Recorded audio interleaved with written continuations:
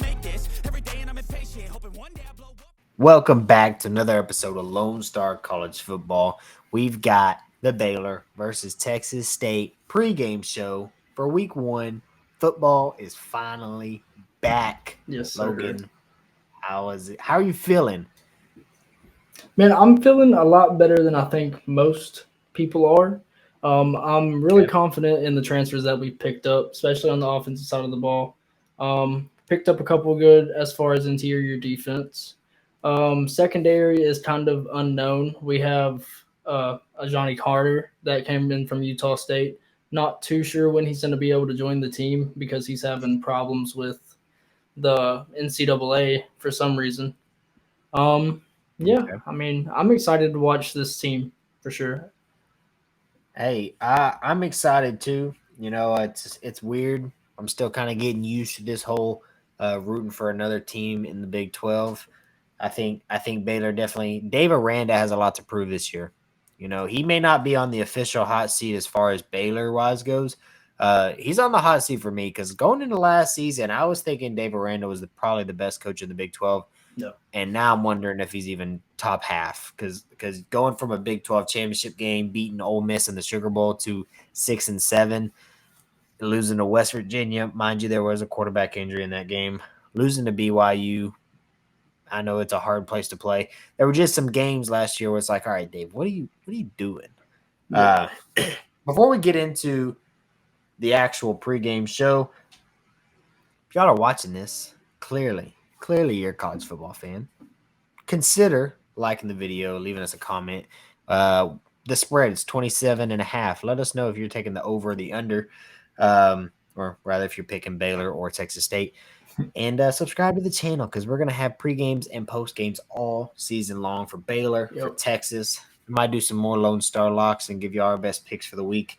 With that being said, all right, you kind of walked me through the depth chart, and my biggest question is going to be, how do you, as a Baylor Bear fan, feel about the fact that it kind of looks like Richard Reese isn't just going to be a premier back? Y'all are going to lean on the running back by committee, which worked for y'all in 2021 with Tristan Ebner, but Abram Smith. But like we talked about at work, Richard Reese is better than both those guys combined. How are you feeling about Dave's choice on that? I kind of have mixed emotions about it, mainly because we know what Richard Reese can be. We saw that last year whenever they finally gave him the ball. But at the same time, I think it's a load management thing because we have guys that can come in and take some of those snaps off of him and still be able to get us yards and score some touchdowns.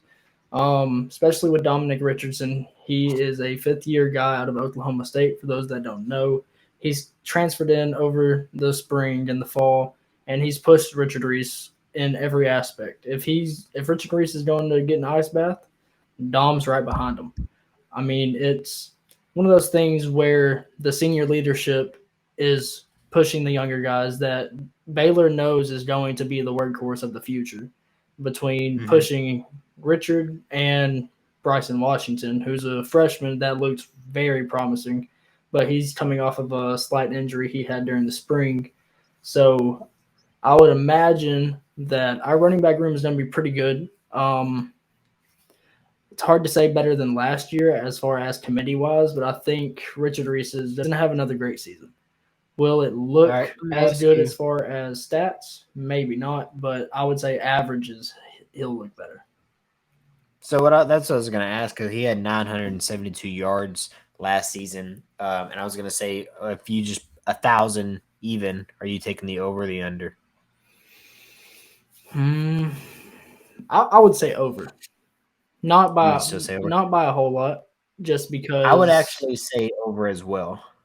Yeah. And my reason is because even in 2021 with Abram Smith and Tristan Ebner, Abram Smith had 1,600 yards. Yeah. And Ebner had just under 800.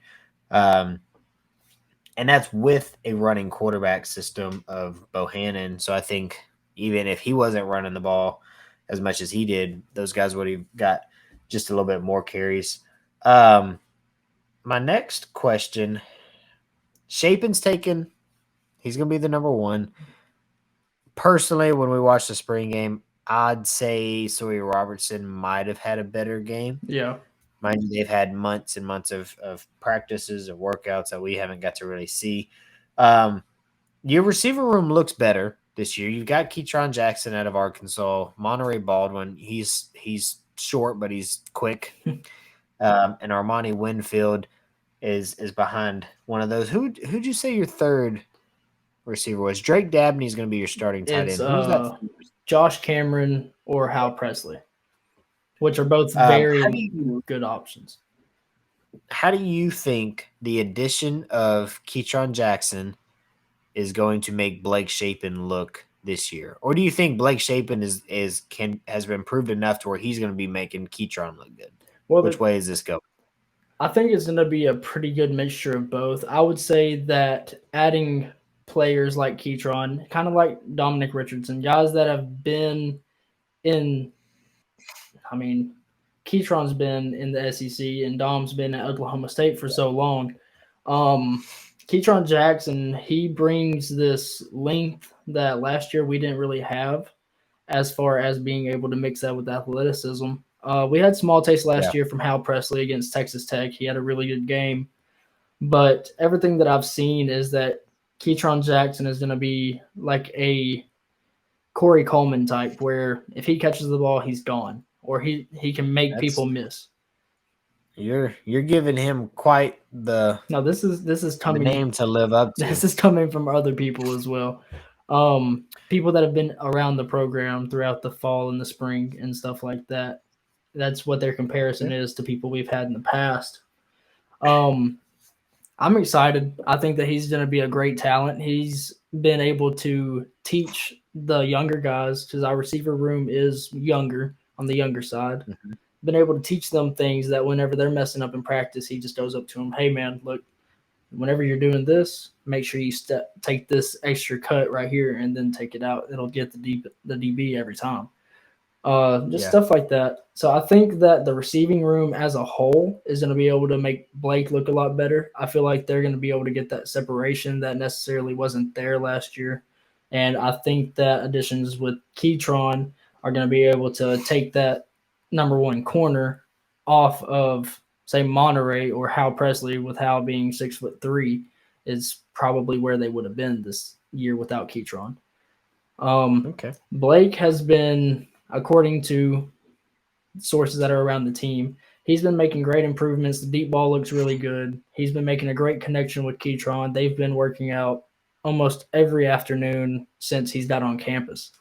So that has me pretty excited. I'm a little skeptical on Blake still. I think that Sawyer did have a better spring game, but at the same time, how many of those passes that Blake tried to throw that didn't look great were like, hey, just try to hit this, or you're looking at him, he's your only read. Yeah. Yeah, I think your offense, in my opinion, I think your offense is going to be pretty improved. Whenever I look at Baylor over the course of a season and I think about where the struggles will come, the offensive side really isn't where I focus. So with that being said, let's take a glimpse over the defense, because this is, in my opinion, this is where it gets, because you look at games, against Texas last year, y'all scored 27, and offensively, y'all would have done better if your defense could have helped y'all out. 27 is not bad. Putting up 27 points against a team like Texas isn't bad, but if your defense helps you out, you probably score more points. Everybody is aware of how that works, right? If you don't know, go ask Oklahoma, because their defense didn't help them at all last year, and they didn't put up no points. So let's start up front. Front seven, you lose Siaki Ika. You lose the big guy up front that just eats up tackles or eats up blocks. He's not a guy that you call his name because he's getting a ton of tackles every game, but he is a guy that they're calling his name because he's plugging the hole.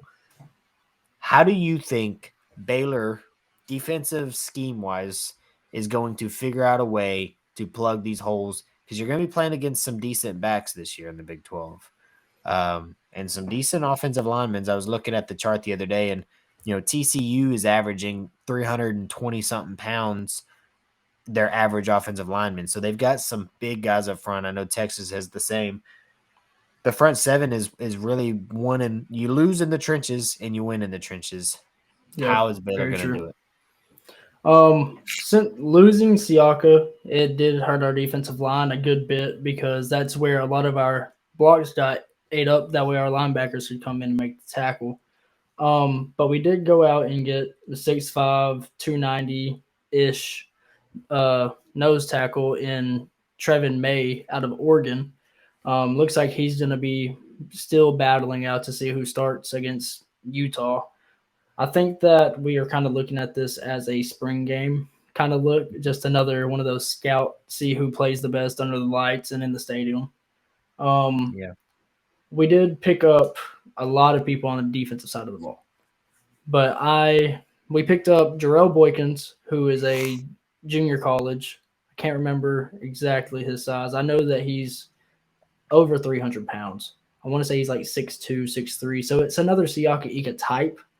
I'm not going to say he has the same skill set Yeah. but Well, size wise.